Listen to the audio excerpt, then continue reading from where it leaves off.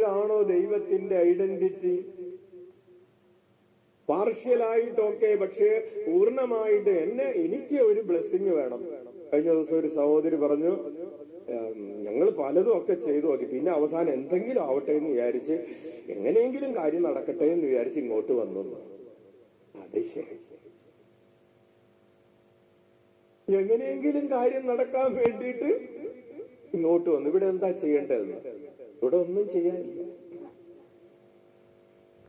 കുറിച്ചുള്ള ഒരു ഐഡന്റിറ്റി എന്താണ് എന്ന് പറയുന്നതിന് മുമ്പ് എന്തല്ല എന്ന് പറയാം. ഇനി ചില ആളുകൾ പറയും എല്ലാ വഴിയും ഒന്നാണ്, യൂണിവേഴ്സലിസം എന്നാണ് അതിനെ പറയുന്നത്. എല്ലാ വിശ്വാസവും ഒരു സ്ഥലത്തേക്കല്ലേ നമ്മളെ നയിക്കുന്നത്. എവിടെ വിശ്വസിച്ചാലും, എവിടെ ആരാധന നടത്തിയാലും, ആരെ പൂജിച്ചാലും എല്ലാ വഴികളും ഒരിടത്തേക്ക് തന്നെയല്ലേ ചെന്നെത്തുന്നത്.